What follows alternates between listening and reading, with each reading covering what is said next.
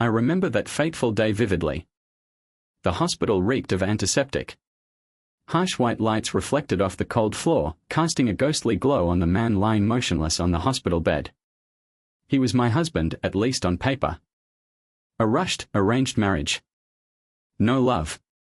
No honeymoon.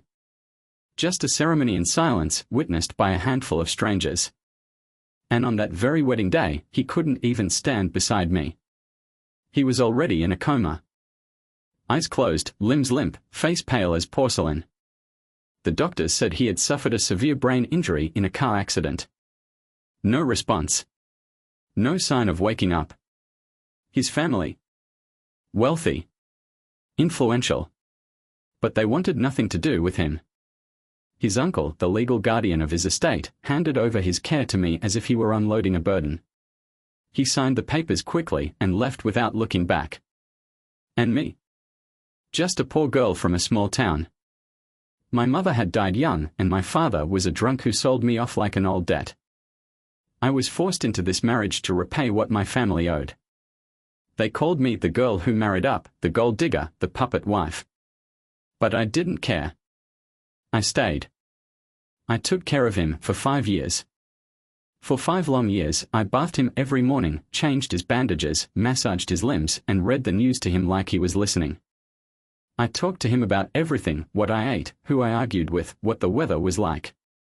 Every single day, I whispered to him, hoping for any sign, a twitch, a frown, a blink. But nothing. Absolutely nothing. I gave up everything. No job. No friends. No hobbies. No internet, no parties, no outside world. I became a ghost by his side, living only to keep him clean, warm, and alive. People thought I was crazy. Or worse, they said I was after his money. But they didn't see what I saw. They didn't see how his eyelid fluttered ever so slightly when I told a sad story. They didn't see the way his fingers twitched when the radio played classical music. I believed a part of him was still there. And then, just like that, my belief was shattered. The doctor called me in one afternoon, holding a clipboard like it was a death sentence. "There's no progress," he said. "It's time to consider pulling the plug." My knees gave out. But I didn't sign. I refused. Because the night before, I had seen a single tear fall from his eye. A tear. I clutched his hand. It was cold. But something strange. His fingers moved. Subtly. Barely noticeable. I called the nurse, shaking. But by the time she came, he was still a stone. They thought I imagined it. But I knew. He was reacting. And 1 week later, the unthinkable happened. It was around midnight. I had fallen asleep, head resting beside his arm. Suddenly, a hand touched my cheek. I jolted awake. And my heart nearly stopped. He was looking at me. His eyes wide open, alert, calm. Not dazed, not weak, not the eyes of someone waking from a coma. No. These were the eyes of a man fully aware. I opened my mouth to scream, or maybe to cry, but he spoke first. "You did better than I expected." I froze. That wasn't gratitude. It wasn't kindness. It was an evaluation. Like he had been testing me. And in that chilling moment, I realized something that made my blood run cold. He had never been in a coma. He had been pretending. And he was a billionaire. I couldn't breathe. My entire body went numb as he slowly sat up, like it was the most natural thing in the world. No struggle. No confusion.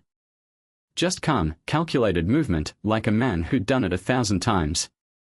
He glanced around the hospital room, then looked at me again. I wanted to speak, to scream, to demand answers, but my voice was stuck somewhere deep in my throat. His voice cut through the silence like a knife. Low, smooth, deliberate. "You passed," he said. Passed? What was this?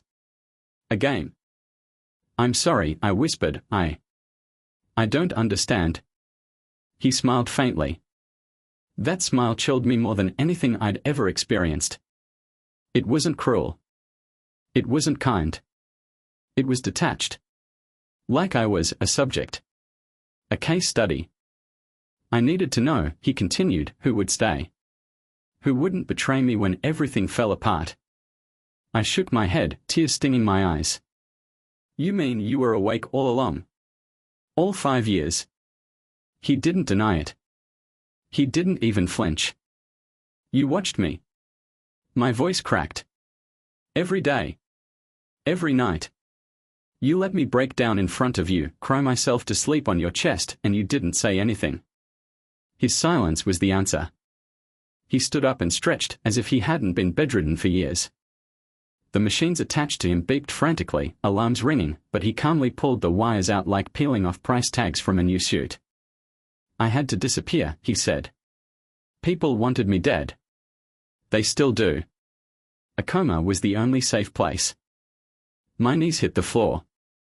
And I was just part of the plan. I asked, barely audible.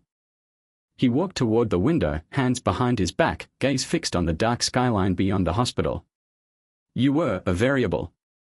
Unpredicted. But useful. Useful.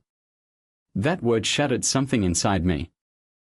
My years of sacrifice, of loneliness, of devotion, reduced to one word, useful. So what now? I asked bitterly. You've awakened. Am I dismissed? Is my job done? He finally turned to me. Don't be dramatic, he said softly. I'll tell you something. You'll be taken care of. Taken care of. Like a stray pet. I laughed. A hollow, broken laugh. Is that what I am to you? I whispered. A loyal dog who stayed by your side, so now you'll throw her a bone. His expression darkened, just a flicker, but I caught it. You can leave if you want, he said coldly. You're not a prisoner. But I knew. I wasn't free either. Because what kind of man pretends to be brain dead for 5 years? What kind of billionaire hides in plain sight, watches silently, and tests the woman forced to marry him? And more terrifyingly, what else had he lied about? I staggered out of the room that night, heart pounding like thunder in my ears. But something didn't sit right. Because the moment I stepped into the hallway, 2 men in black suits were waiting. They didn't speak. They simply nodded and gestured for me to follow. My blood turned to ice.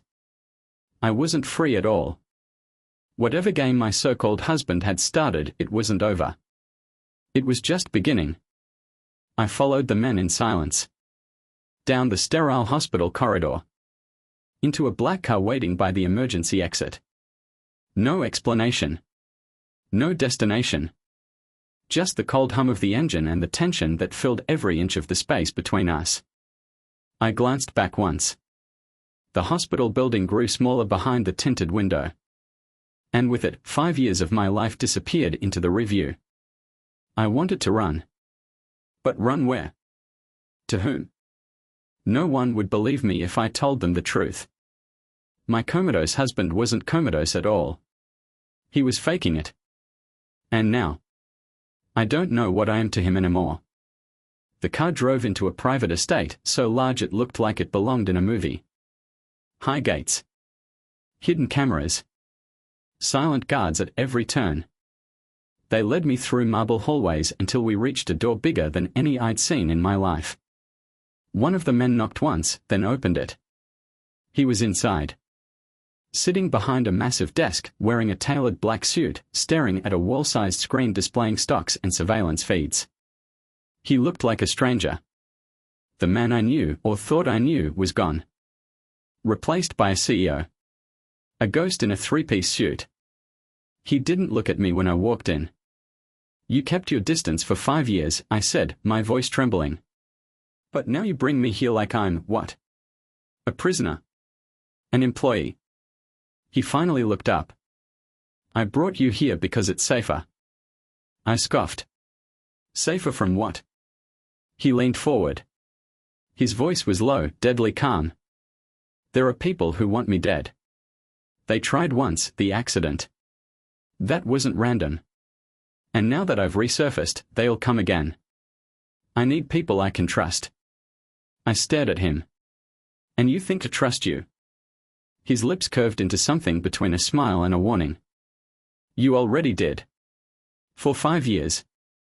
I stepped back. I trusted a man who couldn't speak. Who couldn't lie. Not you. He stood up slowly, walked toward me, and stopped just a breath away.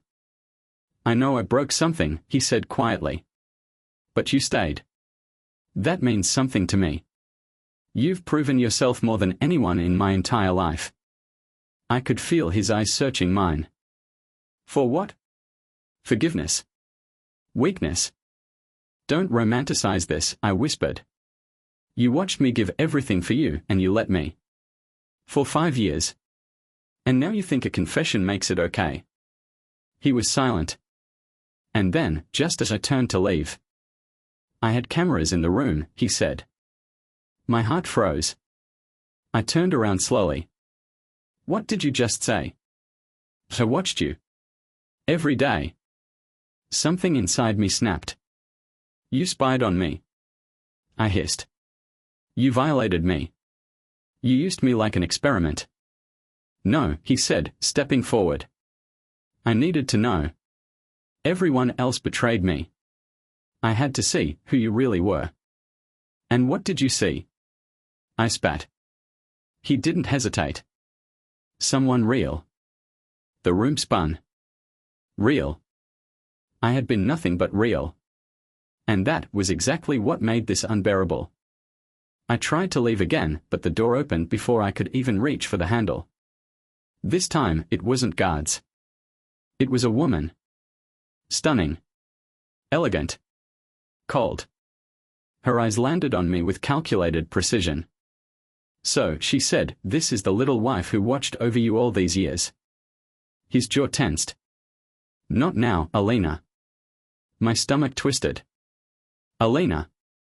I had heard that name before. One of the whispers from the nurses. The name on the old letters I once found and tucked away. The woman before the accident. His ex. His real love. Alina's smile didn't reach her eyes. Tell me, darling, she said to me, voice like venom in honey, did you enjoy pretending to be the woman of this house? My fists clenched. I wanted to scream. But I didn't. Because suddenly it made sense. Everything. The test. The silence. The lies. I wasn't just the nurse wife. I was in the middle of something darker. A war. And I was just starting to see the battlefield. I stood frozen between them, between a man who had lied to me for 5 years and a woman who looked at me like I was a stain on her designer shoes. Alina crossed her arms, taking a slow step closer. You thought you were special, didn't you? That you meant something to him. I didn't answer. Because for the first time, I didn't know. She glanced at him, then back at me. You should ask him how long he waited after the accident to call me. Spoiler, he didn't wait at all. I looked at him. He didn't deny it. A dull ringing filled my ears. My hands trembled. So, I said, voice hollow, was any of it real? His face didn't change, but his eyes shifted, guilt, hesitation, calculation. I wasn't sure anymore. You were real, he said softly. That's what mattered. Alina laughed. God, you're good. Still playing both sides. I turned to leave, but Alina's voice followed me like a knife to the spine. He didn't tell you the whole truth, did he? She said. I stopped. About why he needed someone like you to marry him. I turned slowly. What are you talking about? She smiled, a cruel, elegant thing. This wasn't just about hiding. It was about inheritance. A clause in the family will. He couldn't access his full estate unless he was married, and she, his chosen wife, had to care for him in sickness for at least 5 years. My blood ran cold. My knees nearly buckled. That's not true, I whispered, but the words felt fake even to me. He stayed silent. And that was all the confirmation I needed. It hadn't been love. It hadn't even been loyalty. It had been strategy. I was a loophole. A pawn. A contract. Tears blurred my vision. I stumbled out of the room, down the marble hallway, out into the cold night air. I couldn't breathe. Couldn't think. The world spun. My life, my choices, the years I'd sacrificed, it was all built on a lie. I wandered into the garden, heart pounding, trying to hold myself together, when I heard footsteps behind me. "Wait," he called. I turned around, rage burning through every inch of my body. "Why didn't you just pay someone?" I shouted. "Why drag me into this? Why ruin me?" He stopped, his expression unreadable in the moonlight. "Because you wouldn't fake it." "What?" "I knew you wouldn't pretend to love me. I knew you'd be honest. And I needed someone like that, someone real, by my side, even if I couldn't show it." I laughed. Bitter. Broken. "You didn't need someone real. You needed someone expendable." He flinched. "Good. Tell me something," I said, voice shaking. "Did you ever, for one moment, care about me?" He opened his mouth. Then closed it. And that silence. That silence destroyed me more than any lie could. I turned away. But before I could take another step, he said something that made me stop cold. "They want to kill you now." I turned sharply. "What?" "The people who tried to kill me, they've been watching. And now that I'm back, they'll come for you too. You were part of the plan. And they'll assume you know everything." I shook my head. "I don't want to know anything." "It doesn't matter," he said. "They already see you as a threat." The words hung in the cold air between us. So that's what it was. I wasn't just betrayed. I was in danger. Because of him. Because of all of this. I wasn't free. I was hunted. "They want to kill me," I repeated, my voice barely above a whisper. He nodded. "You were close to me for too long. They won't believe you don't know something." A bitter laugh escaped me. "But I really don't. I don't know anything." He stepped forward. "That doesn't matter to them. What matters is what they think you know. And they think you've seen everything." I backed away. My chest was tight. My legs felt numb. This is insane. I didn't ask for this. I never wanted any of this. "I know," he said. "That's why I'm going to protect you." I stared at him in disbelief. "Protect me? You've had 5 years to protect me," I snapped. "You let me live like a widow in that hospital while you plotted your empire's next move. You were safer that way," he said coldly. "They didn't see you as a threat back then." "But now they do," I said, my voice trembling. He didn't answer.